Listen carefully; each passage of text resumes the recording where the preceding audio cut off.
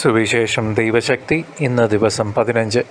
ഇന്നത്തെ വായനയുടെ ഭാഗങ്ങൾ: മത്തായിയുടെ സുവിശേഷം 15-ാം അധ്യായം, മാർക്കോസിൻ്റെ സുവിശേഷം 15-ാം അധ്യായം, ലൂക്കായുടെ സുവിശേഷം 15-ാം അധ്യായം. പരിശുദ്ധാത്മാവെ, ഞങ്ങളിൽ വന്നു നിറയണമേ. വിശുദ്ധ മത്തായി എഴുതിയ സുവിശേഷം അധ്യായം 15. പാരമ്പര്യത്തെക്കുറിച്ച് തർക്കം. അനന്തരം ജെറുസലേമിൽ നിന്ന് ഫരീസയരും നിയമജ്ഞരും യേശുവിൻ്റെ അടുത്ത് വന്ന് പറഞ്ഞു: നിന്റെ ശിഷ്യന്മാർ പൂർവികരുടെ പാരമ്പര്യം ലംഘിക്കുന്നത് എന്തുകൊണ്ട്? ഭക്ഷണം കഴിക്കുന്നതിന് മുമ്പ് അവർ കൈ കഴുകുന്നില്ലല്ലോ. അവൻ മറുപടി പറഞ്ഞു: നിങ്ങളുടെ പാരമ്പര്യത്തിൻ്റെ പേരിൽ നിങ്ങൾ ദൈവത്തിൻ്റെ പ്രമാണം ലംഘിക്കുന്നത് എന്തുകൊണ്ട്? അവനെയും മാതാവിനെയും ബഹുമാനിക്കുക, പിതാവിനെയോ മാതാവിനെയോ അധിക്ഷേപിക്കുന്നവൻ മരിക്കണമെന്ന് ദൈവം കൽപ്പിച്ചിരിക്കുന്നു. എന്നാൽ നിങ്ങൾ പറയുന്നു, ആരെങ്കിലും തൻ്റെ പിതാവിനോടോ മാതാവിനോടോ എന്നിൽ നിന്ന് നിങ്ങൾക്ക് ലഭിക്കേണ്ടത് വഴിപാടായി നൽകിക്കഴിഞ്ഞു എന്ന് പറഞ്ഞാൽ പിന്നെ അവൻ അവരെ സംരക്ഷിക്കേണ്ടതില്ല എന്ന്. ഇങ്ങനെ നിങ്ങളുടെ പാരമ്പര്യത്തിനു വേണ്ടി ദൈവവചനത്തെ നിങ്ങൾ വ്യർത്ഥമാക്കിയിരിക്കുന്നു. കപടനാട്യക്കാരെ, യേശയ്യ നിങ്ങളെപ്പറ്റി ശരിയായി തന്നെ പ്രവചിച്ചു. ഈ ജനം അധരം കൊണ്ട് എന്നെ ബഹുമാനിക്കുന്നു, എന്നാൽ അവരുടെ ഹൃദയം എന്നിൽ നിന്ന് വളരെ അകലെയാണ്. അവർ മാനുഷിക നിയമങ്ങൾ പ്രമാണങ്ങളായി പഠിപ്പിച്ചുകൊണ്ട് വ്യർത്ഥമായി എന്നെ ആരാധിക്കുന്നു. ആന്തരികവും ബാഹ്യവുമായ അശുദ്ധി. അവൻ ജനങ്ങളെ തൻ്റെ അടുത്ത് വിളിച്ചു പറഞ്ഞു: നിങ്ങൾ കേട്ട് മനസ്സിലാക്കുവിൻ. വായിലേക്ക് പ്രവേശിക്കുന്നതല്ല, വായിൽ നിന്ന് വരുന്നതാണ് ഒരുവനെ അശുദ്ധനാക്കുന്നത്. അപ്പോൾ ശിഷ്യന്മാർ അടുത്ത് വന്ന് പറഞ്ഞു: ഈ വചനം ഫരീസയർക്ക് ഇടർച്ചയുണ്ടാക്കിയെന്ന് നീ അറിയുന്നുവോ? അവൻ മറുപടി പറഞ്ഞു: എൻ്റെ സ്വർഗീയ പിതാവ് നട്ടതല്ലാത്ത ചെടികളൊക്കെയും പിഴുതു മാറ്റപ്പെടും. അവരെ വിട്ടേക്കൂ, അവർ അന്ധരെ നയിക്കുന്ന അന്ധരാണ്. അന്ധൻ അന്ധനെ നയിച്ചാൽ ഇരുവരും കുഴിയിൽ വീഴും. ഈ ഉപമ ഞങ്ങൾക്ക് വിശദീകരിച്ച് തരണമേ എന്ന് പത്രോസ് അപേക്ഷിച്ചു. അവൻ ചോദിച്ചു: നിങ്ങൾ ഇപ്പോഴും ഗ്രഹണശക്തിയില്ലാത്തവരാണോ? വായിൽ പ്രവേശിക്കുന്നവ ഉദരത്തിലേക്ക് പോകുന്നെന്നും അവിടെ നിന്ന് അത് വിസർജിക്കപ്പെടുമെന്നും നിങ്ങൾ ഗ്രഹിക്കുന്നില്ലേ? എന്നാൽ വായിൽ നിന്ന് വരുന്നത് ഹൃദയത്തിൽ നിന്നാണ് പുറപ്പെടുന്നത്. അത് മനുഷ്യനെ അശുദ്ധനാകുന്നു. ദുശ്ചിന്തകൾ, കൊലപാതകം, പരസംഗം, വ്യഭിചാരം, മോഷണം, കള്ളസാക്ഷ്യം, പരദൂഷണം എന്നിവയെല്ലാം ഹൃദയത്തിൽ നിന്നാണ് പുറപ്പെടുന്നത്. ഇവയാണ് ഒരുവനെ അശുദ്ധനാക്കുന്നത്. കൈ കഴുകാതെ ഭക്ഷണം കഴിക്കുന്നത് ആരെയും അശുദ്ധനാക്കുന്നില്ല. കാനാൻകാരിയുടെ വിശ്വാസം. യേശു അവിടെ നിന്ന് പുറപ്പെട്ട് ടൈർ, സീദോൻ എന്നീ പ്രദേശങ്ങളിലെത്തി. അപ്പോൾ ആ പ്രദേശത്ത് നിന്ന് ഒരു കാനാൻകാരി വന്ന് കരഞ്ഞപേക്ഷിച്ചു: കർത്താവേ, ദാവീദിൻ്റെ പുത്ര, എന്നിൽ കനിയണമേ. എൻ്റെ മകളെ പിശാച് ക്രൂരമായി ബാധിച്ചിരിക്കുന്നു. എന്നാൽ അവൻ ഒരു വാക്കുപോലും ഉത്തരം പറഞ്ഞില്ല. ശിഷ്യന്മാർ അവനോട് അഭ്യർത്ഥിച്ചു: അവളെ പറഞ്ഞയച്ചാലും. അവൾ നമ്മുടെ പിന്നാലെ വന്ന് നിലവിളിക്കുന്നല്ലോ. അവൻ മറുപടി പറഞ്ഞു: ഇസ്രായേൽ ഭവനത്തിലെ നഷ്ടപ്പെട്ട ആടുകളുടെ അടുത്തേക്ക് മാത്രമാണ് ഞാൻ അയക്കപ്പെട്ടിരിക്കുന്നത്. എന്നാൽ അവൾ അവനെ പ്രണമിച്ച്, കർത്താവെ, എന്നെ സഹായിക്കണമേ എന്നപേക്ഷിച്ചു. അവൻ പറഞ്ഞു: മക്കളുടെ അപ്പമെടുത്ത് നായ്ക്കൾക്ക് എറിഞ്ഞു കൊടുക്കുന്നത് ഉചിതമല്ല. അവൾ പറഞ്ഞു: അതെ കർത്താവെ, നായ്ക്കളും യജമാനന്മാരുടെ മേശയിൽ നിന്ന് വീഴുന്ന അപ്പകഷ്ണങ്ങൾ തിന്നുന്നുണ്ടല്ലോ. യേശു പറഞ്ഞു: സ്ത്രീയെ, നിൻ്റെ വിശ്വാസം വലുതാണ്. നീ ആഗ്രഹിക്കുന്നത് പോലെ നിനക്ക് ഭവിക്കട്ടെ. ആ സമയം മുതൽ അവളുടെ പുത്രി സൗഖ്യമുള്ളവളായി. അനേകർക്ക് രോഗശാന്തി. യേശു അവിടെ നിന്ന് പുറപ്പെട്ട് ഗലീലി കടലിൻ്റെ തീരത്ത് വന്ന് ഒരു മലയിൽ കയറി അവിടെ ഇരുന്നു. തത്സമയം മുടന്തർ, വികലാംഗർ, അന്ധർ, ഊമർ തുടങ്ങി പലരെയും കൂട്ടിക്കൊണ്ട് വലിയ ജനക്കൂട്ടങ്ങൾ അവിടെ വന്ന് അവരെ അവൻ്റെ കാൽക്കൽ കിടത്തി. അവൻ അവരെ സുഖപ്പെടുത്തി. ഊമർ സംസാരിക്കുന്നതും വികലാംഗർ സുഖം പ്രാപിക്കുന്നതും മുടന്തർ നടക്കുന്നതും അന്ധർ കാഴ്ച പ്രാപിക്കുന്നതും കണ്ട് ജനക്കൂട്ടം വിസ്മയിച്ചു. അവർ ഇസ്രായേലിൻ്റെ ദൈവത്തെ മഹത്വപ്പെടുത്തി. രണ്ടാമതും അപ്പം വർദ്ധിപ്പിക്കുന്നു. യേശു ശിഷ്യന്മാരെ വിളിച്ചു പറഞ്ഞു: ഈ ജനക്കൂട്ടത്തോട് എനിക്ക് അനുകമ്പ തോന്നുന്നു. 3 ദിവസമായി അവർ എന്നോടുകൂടെയാണ്. അവർക്ക് ഭക്ഷിക്കാൻ യാതൊന്നുമില്ല. വഴിയിൽ അവർ തളർന്നു വീഴാൻ ഇടയുള്ളതിനാൽ ആഹാരം നൽകാതെ അവരെ പറഞ്ഞയക്കാൻ എനിക്ക് മനസ്സ് വരുന്നില്ല. ശിഷ്യന്മാർ ചോദിച്ചു: ഇത്ര വലിയ ജനക്കൂട്ടത്തെ തൃപ്തിപ്പെടുത്താൻ വേണ്ടത്ര അപ്പം ഈ മരുഭൂമിയിൽ എവിടെ നിന്ന് കിട്ടും? യേശു അവരോട് ചോദിച്ചു: നിങ്ങളുടെ പക്കൽ എത്ര അപ്പമുണ്ട്? അവർ പറഞ്ഞു: 7.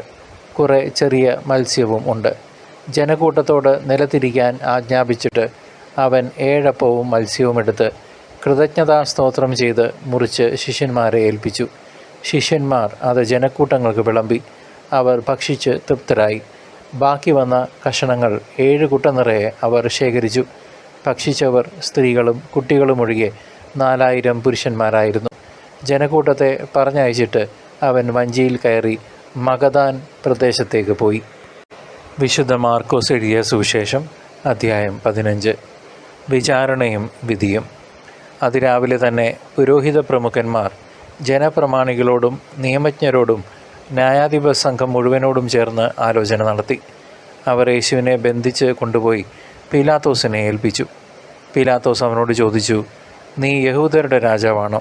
അവൻ മറുപടി പറഞ്ഞു, നീ തന്നെ പറയുന്നു.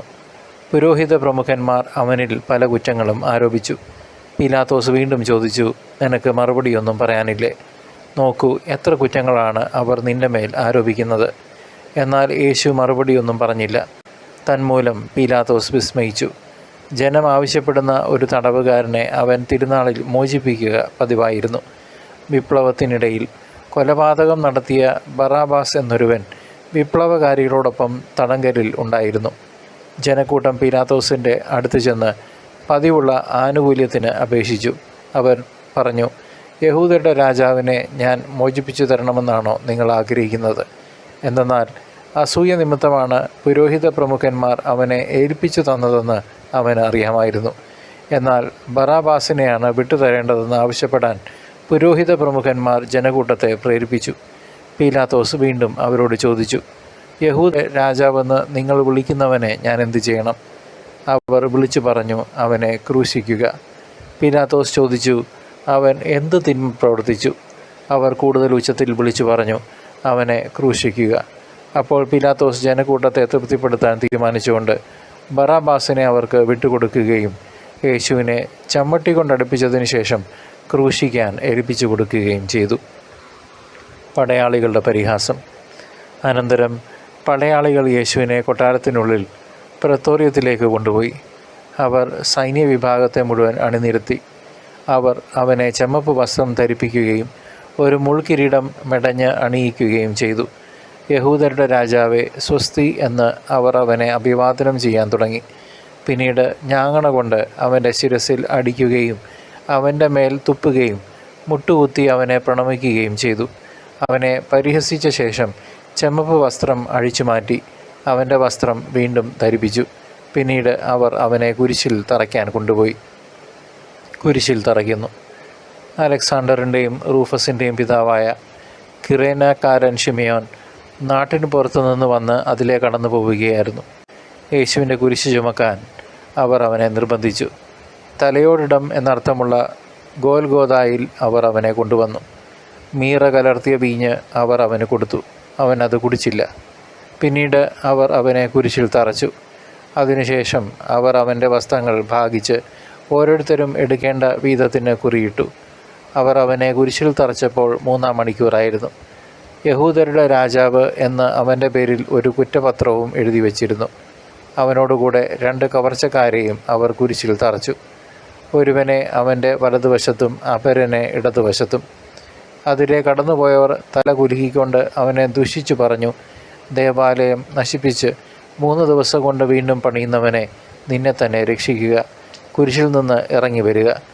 അതുപോലെ തന്നെ പുരോഹിത പ്രമുഖന്മാരും നിയമജ്ഞരും പരിഹാസപൂർവ്വം പരസ്പരം പറഞ്ഞു, ഇവൻ മറ്റുള്ളവരെ രക്ഷിച്ചു, തന്നെ തന്നെ രക്ഷിക്കാൻ ഇവന് സാധിക്കുന്നില്ല. ഞങ്ങൾ കണ്ടു വിശ്വസിക്കുന്നതിനു വേണ്ടി ഇസ്രായേലിൻ്റെ രാജാവായ ക്രിസ്തു ഇപ്പോൾ കുരിശിൽ നിന്ന് ഇറങ്ങി വരട്ടെ. അവനോടൊപ്പം ക്രൂശിക്കപ്പെട്ടവരും അവനെ പരിഹസിച്ചു. യേശുവിൻ്റെ മരണം. 6-ാം മണിക്കൂർ മുതൽ 9-ാം മണിക്കൂർ വരെ ഭൂമി മുഴുവൻ അന്ധകാരം വ്യാപിച്ചു. 9-ാം മണിക്കൂറായപ്പോൾ യേശു ഉച്ചത്തിൽ നിലവിളിച്ചു, ഏലോയി ഏലോയി ലാമ സബക്താനി, അതായത് എൻ്റെ ദൈവമേ, എൻ്റെ ദൈവമേ, നീ എന്നെ ഉപേക്ഷിച്ചത് എന്തുകൊണ്ട്? അടുത്തു നിന്നിരുന്ന ചിലർ അത് കേട്ട് പറഞ്ഞു, ഇതാ അവൻ ഏലിയായെ വിളിക്കുന്നു.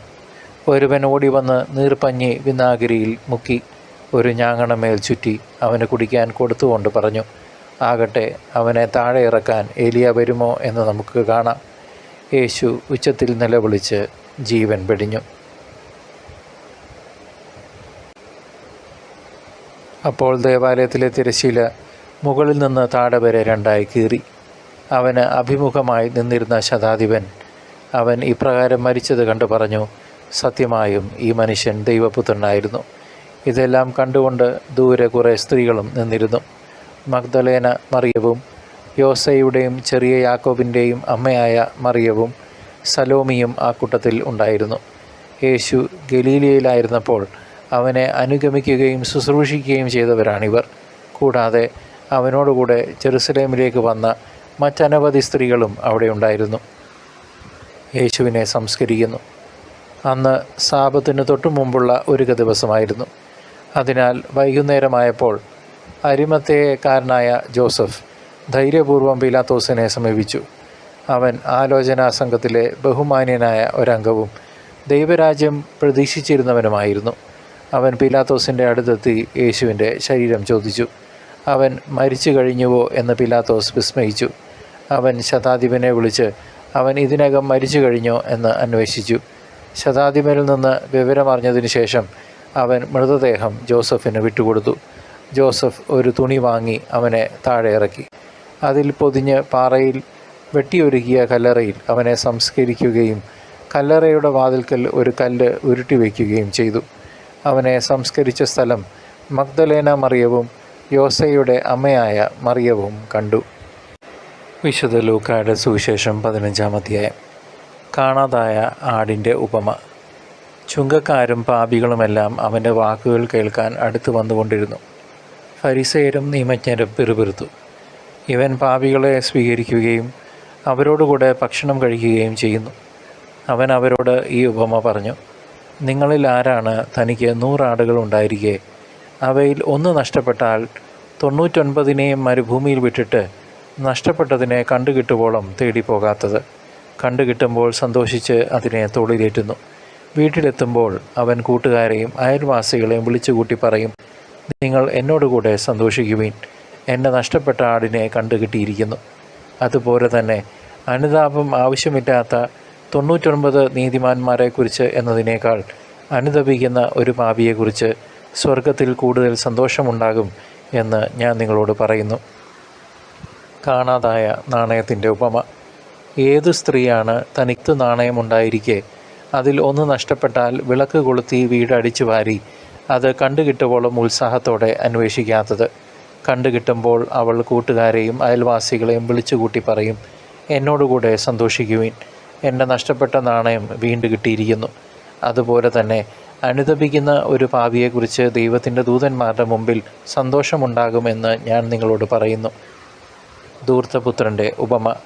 അവൻ പറഞ്ഞു, ഒരു മനുഷ്യന് 2 പുത്രന്മാരുണ്ടായിരുന്നു. ഇളയവൻ പിതാവിനോട് പറഞ്ഞു, പിതാവേ, സ്വത്തിൽ എൻ്റെ ഓഹരി എനിക്ക് തരിക. അവൻ സ്വത്ത് അവർക്കായി ഭാഗിച്ചു. ഏറെ താമസിയാതെ ഇളയ മകൻ എല്ലാം ശേഖരിച്ചുകൊണ്ട് ദൂരദേശത്തേക്ക് പോയി. അവിടെ ധൂർത്തനായി ജീവിച്ച് സ്വത്ത് നശിപ്പിച്ചു കളഞ്ഞു. അവൻ എല്ലാം ചെലവഴിച്ചു കഴിഞ്ഞപ്പോൾ ആ ദേശത്ത് ഒരു കഠിന ക്ഷാമം ഉണ്ടാവുകയും അവൻ ഞെരുക്കത്തിലാവുകയും ചെയ്തു. അവൻ ആ ദേശത്തെ ഒരു പൗരൻ്റെ അടുത്ത് അഭയം തേടി. അയാൾ അവനെ പന്നികളെ മേയ്ക്കാൻ വയലിലേക്ക് അയച്ചു. പന്നി തിന്നിരുന്നത് തവിടെങ്കിലും കൊണ്ട് വയറ് നിറയ്ക്കാൻ അവൻ ആശിച്ചു. പക്ഷേ ആരും അവന് കൊടുത്തില്ല. അപ്പോൾ അവന് സുബോധമുണ്ടായി. അവൻ പറഞ്ഞു, എൻ്റെ പിതാവിൻ്റെ എത്രയോ ദാസന്മാർ സുഭിക്ഷമായി ഭക്ഷണം കഴിക്കുന്നു, ഞാനോ ഇവിടെ വിശന്ന് മരിക്കുന്നു. ഞാൻ എഴുന്നേറ്റ് എൻ്റെ പിതാവിൻ്റെ അടുത്തേക്ക് പോകും. ഞാൻ അവനോട് പറയും, പിതാവേ, സ്വർഗത്തിനെതിരായും നിൻ്റെ മുമ്പിലും ഞാൻ പാപം ചെയ്തു. നിൻ്റെ പുത്രൻ എന്ന് വിളിക്കപ്പെടാൻ ഞാൻ ഇനി യോഗ്യനല്ല. നിൻ്റെ ദാസരിൽ ഒരുവനായി എന്നെ സ്വീകരിക്കണമേ. അവൻ എഴുന്നേറ്റ് പിതാവിൻ്റെ അടുത്തേക്ക് ചെന്നു. ദൂരെ വെച്ച് തന്നെ പിതാവ് അവനെ കണ്ടു. അവൻ മനസ്സലിഞ്ഞ് ഓടിച്ചെന്ന് അവനെ കെട്ടിപ്പിടിച്ച് ചുംബിച്ചു. മകൻ പറഞ്ഞു, പിതാവേ, സ്വർഗത്തിനെതിരായും നിൻ്റെ മുമ്പിലും ഞാൻ പാപം ചെയ്തു. നിൻ്റെ പുത്രൻ എന്ന് വിളിക്കപ്പെടാൻ ഞാൻ ഇനി യോഗ്യനല്ല. പിതാവാകട്ടെ തൻ്റെ ദാസരോട് പറഞ്ഞു, ഉടനെ മേൽത്തരം വസ്ത്രം കൊണ്ടുവന്ന് ഇവനെ ധരിപ്പിക്കുവിൻ. ഇവൻ്റെ കയ്യിൽ മോതിരവും കാലിൽ ചെരുപ്പും അണിയിക്കുവിൻ. കൊഴുത്ത കാളക്കുട്ടിയെ കൊണ്ടുവന്ന് കൊല്ലുവിൻ.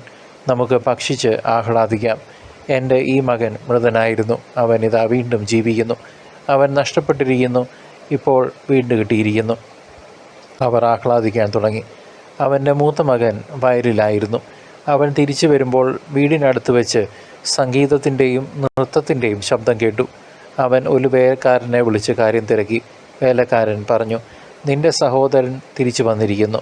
അവന് സസുഖം തിരിച്ചു കിട്ടിയതുകൊണ്ട് നിന്റെ പിതാവ് കൊഴുത്ത കാളക്കുട്ടിയെ കൊന്നിരിക്കുന്നു. അവൻ കോപിച്ച് അകത്ത് കയറാൻ വിസമ്മതിച്ചു. പിതാവ് പുറത്തു വന്ന് അവനോട് സാന്ത്വനങ്ങൾ പറഞ്ഞു. എന്നാൽ അവൻ പിതാവിനോട് പറഞ്ഞു, നോക്കൂ, എത്ര വർഷമായി ഞാൻ നിനക്ക് ദാസ്യവേല ചെയ്യുന്നു. ഒരിക്കലും നിന്റെ കൽപ്പന ഞാൻ ലംഘിച്ചിട്ടില്ല. എങ്കിലും എൻ്റെ കൂട്ടുകാരോടൊത്ത് ആഹ്ലാദിക്കാൻ ഒരു ആട്ടിൻകുട്ടിയെപ്പോലും നീ എനിക്ക് തന്നില്ല. എന്നാൽ വേശ്യകളോട് കൂട്ടുചേർന്ന് നിന്റെ സ്വത്തെല്ലാം ദൂത്തടിച്ച നിന്റെ ഈ മകൻ തിരിച്ചു വന്നപ്പോൾ അവന് വേണ്ടി നീ കൊഴുത്ത കാളയെ കൊന്നിരിക്കുന്നു. അപ്പോൾ പിതാവ് പറഞ്ഞു, മകനെ, നീ എപ്പോഴും എന്നോടുകൂടെ ഉണ്ടല്ലോ. എനിക്കുള്ളതെല്ലാം നിൻ്റേതാണ്. ഇപ്പോൾ നമ്മൾ ആനന്ദിക്കുകയും ആഹ്ലാദിക്കുകയും വേണം. എന്തെന്നാൽ നിന്റെ ഈ സഹോദരൻ മൃതനായിരുന്നു, അവനിപ്പോൾ ജീവിക്കുന്നു. നഷ്ടപ്പെട്ടിരുന്നു, ഇപ്പോൾ കണ്ടുകിട്ടിയിരിക്കുന്നു. പ്രിയ ദൈവജനമേ, വിശുദ്ധ മത്തായിയുടെ സുവിശേഷം 15-ാം അധ്യായം ഹൃദയത്തിൻ്റെ വിശുദ്ധിയെക്കുറിച്ചും അചഞ്ചലമായ വിശ്വാസത്തെക്കുറിച്ചും നമ്മെ പഠിപ്പിക്കുന്നു. പുറമേയുള്ള ആചാരങ്ങളെക്കാൾ ഉപരിയായി മനുഷ്യൻ്റെ ഉള്ളിൽ നിന്നാണ് അശുദ്ധി പുറപ്പെടുന്നതെന്ന് കർത്താവ് യേശു നമ്മെ ഓർമ്മിപ്പിക്കുന്നു. കാനാൻകാരിയായ സ്ത്രീയുടെ വിശ്വാസം തൻ്റെ മകളുടെ സൗഖ്യത്തിനായി എങ്ങനെ വഴി തുറന്നു എന്ന് ഈ വചനം വ്യക്തമാക്കുന്നുണ്ട്. നമ്മുടെ കുറവുകൾക്കിടയിലും ദൈവത്തിൻ്റെ കരുണയ്ക്കായി വിനയത്തോടെ യാചിക്കാൻ ഈ അധ്യായം നമ്മെ ആഹ്വാനം ചെയ്യുന്നു. ഹൃദയം ശുദ്ധിയുള്ളവർക്ക് മാത്രമേ ദൈവത്തിൻ്റെ രക്ഷാകരമായ ഇടപെടലുകൾ തിരിച്ചറിയാൻ സാധിക്കൂ എന്ന് യേശു ഇതിലൂടെ വ്യക്തമാക്കുന്നു. വിശുദ്ധ മാർക്കോസിൻ്റെ സുവിശേഷം 15-ാം അധ്യായം ക്രിസ്തുവിൻ്റെ പീഠാനുഭവത്തിൻ്റെയും കുരിശുമരണത്തിൻ്റെയും തീവ്രമായ ചിത്രം വരച്ചു കാട്ടുന്നു. ലോകത്തിൻ്റെ പാപങ്ങൾക്ക് വേണ്ടി നിശബ്ദനായി പീഡകൾ സഹിക്കുന്ന ദൈവപുത്രനെ നാം ഇവിടെ ദർശിക്കുന്നു. പരിഹാസങ്ങൾക്കും പീഡകൾക്കുമിടയിലും പിതാവിൻ്റെ ഇഷ്ടത്തിന് പൂർണ്ണമായും കീഴ്വഴങ്ങിയ യേശുവിൻ്റെ സ്നേഹം അത്ഭുതകരമാണ്. കുരിശിലെ ബലിയിലൂടെ മരണത്തെ തോൽപ്പിക്കാൻ ഒരുങ്ങുന്ന രക്ഷകൻ്റെ ത്യാഗം നമ്മുടെ ജീവിതത്തിന് പ്രത്യാശ നൽകുന്നു. ഈ വചനം നമ്മുടെ പാപങ്ങളുടെ ഗൗരവത്തെക്കുറിച്ചും ക്രിസ്തു നമുക്കായി നൽകിയ വലിയ വിലയെക്കുറിച്ചും നമ്മെ ആഴത്തിൽ ചിന്തിപ്പിക്കണം. വിശുദ്ധ ലൂക്കായുടെ സുവിശേഷം 15-ാം അധ്യായം ദൈവത്തിൻ്റെ അളവറ്റ കരുണയുടെയും സ്നേഹത്തിൻ്റെയും സന്ദേശമാണ് നമുക്ക് നൽകുന്നത്. കാണാതെ പോയ ആടിനെ തേടിയിറങ്ങുന്ന ഇടയനും നഷ്ടപ്പെട്ട നാണയം തിരയുന്ന സ്ത്രീയും മടങ്ങി വരുന്ന മകനെ കാത്തിരിക്കുന്ന പിതാവും ദൈവത്തിൻ്റെ ഹൃദയമാണ് വെളിപ്പെടുത്തുന്നത്. ഒരു പാപി അനുദപിക്കുമ്പോൾ സ്വർഗത്തിലുണ്ടാകുന്ന വലിയ സന്തോഷത്തെക്കുറിച്ച് കർത്താവായ യേശു ഈ അധ്യായത്തിൽ ഊന്നി പറയുന്നു. നാം എത്ര അകന്നുപോയാലും നമ്മെ തിരികെ വിളിക്കുന്ന ദൈവസ്നേഹത്തിൻ്റെ ആഴം ഈ വചനം വെളിപ്പെടുത്തുന്നു. അനുതാപത്തിലൂടെ പിതാവിൻ്റെ ഭവനത്തിലേക്ക് മടങ്ങി വരാൻ ഓരോ വിശ്വാസിയെയും ഈ അധ്യായം പ്രേരിപ്പിക്കട്ടെ. പ്രിയ സഹോദരങ്ങളെ, ഈ തിരുവചനങ്ങളെല്ലാം വിരൽ ചൂണ്ടുന്നത് നമ്മുടെ രക്ഷകനായ യേശു ക്രിസ്തുവിലേക്കാണ്. ഹൃദയശുദ്ധിയോടെയും വിശ്വാസത്തോടെയും കർത്താവിനെ സ്വീകരിക്കാനും കർത്താവിൻ്റെ കുരിശിലെ ത്യാഗത്തെ ധ്യാനിക്കാനും ദൈവകരുണയിൽ ആശ്രയിച്ച് ജീവിക്കാനും നാം ഓരോരുത്തരും ഇന്ന് വിളിക്കപ്പെട്ടിരിക്കുന്നു. ലോകത്തിൻ്റെ അന്ത്യത്തിൽ മഹത്വത്തോടെ വരാനിരിക്കുന്ന ക്രിസ്തുവിനെ സ്വീകരിക്കാൻ നാം സദാ സജ്ജരായിരിക്കണം. നമ്മുടെ പാപങ്ങളിൽ നിന്ന് അനുദപിച്ച് വിശുദ്ധിയോടെ ജീവിക്കുമ്പോഴാണ് കർത്താവിൻ്റെ രണ്ടാം വരവിനായി നമുക്കും ഒരുങ്ങാൻ സാധിക്കുന്നത്. ഉണർന്നിരുന്ന് പ്രാർത്ഥിച്ചുകൊണ്ട് കർത്താവിൻ്റെ വരവിനായി പ്രത്യാശയോടെ നമുക്കും കാത്തിരിക്കാം. കർത്താവായ യേശുവേ, വേഗം വരണമേ.